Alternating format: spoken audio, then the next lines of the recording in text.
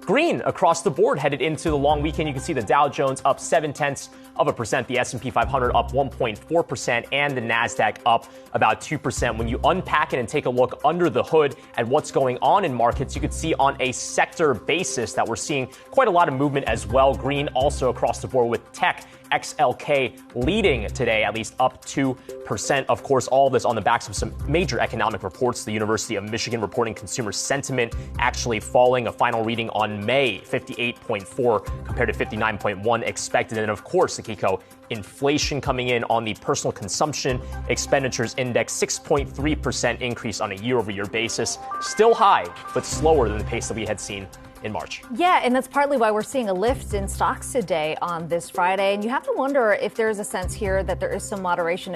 Of course, as we always say, you don't want to just take 1 month and say that's all the trend here. But there seems to be at least, some signs that inflation, even if it is ticking higher, is slowing down a little. Yeah, and of course, the Federal Reserve's not going to look at this one report and say 6.3%. That's down from 6.6%. Mission accomplished. The Fed's target on this index is about 2%. So it's still very high. Americans don't need to be told this. They're experiencing that at the stores on a day-to-day basis. But very interesting to look at the individual components of the report. And you take a look, for example, at the personal savings rate, 4.4%. For the month of April. That's the lowest saving rate that we have seen since 2008. However, you also have to remember that that's a rate.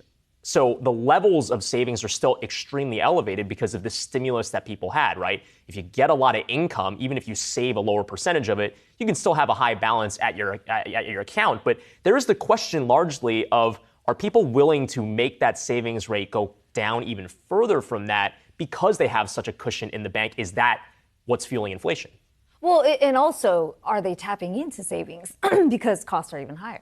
Yeah, well, I mean, that's the kind of push-pull argument that we're experiencing right now, and that's the lens by which we're reading a lot of these earnings reports as well. But if Americans are willing to go deeper into their savings, at what point do prices get high enough at Target, at Costco, at other retailers before they go, you know what? I think I need to just kind of chill a little bit right now, let my bank deposits start to actually grow in the opposite direction because this is getting a little bit untenable. You're hearing anecdotes of that, but again, as the data bears out, it's a little bit still on the fence. Yeah, maybe not necessarily reflected in the data, but you would think, psychologically that's already happening because you are starting to see the headlines of companies that are slowing hiring.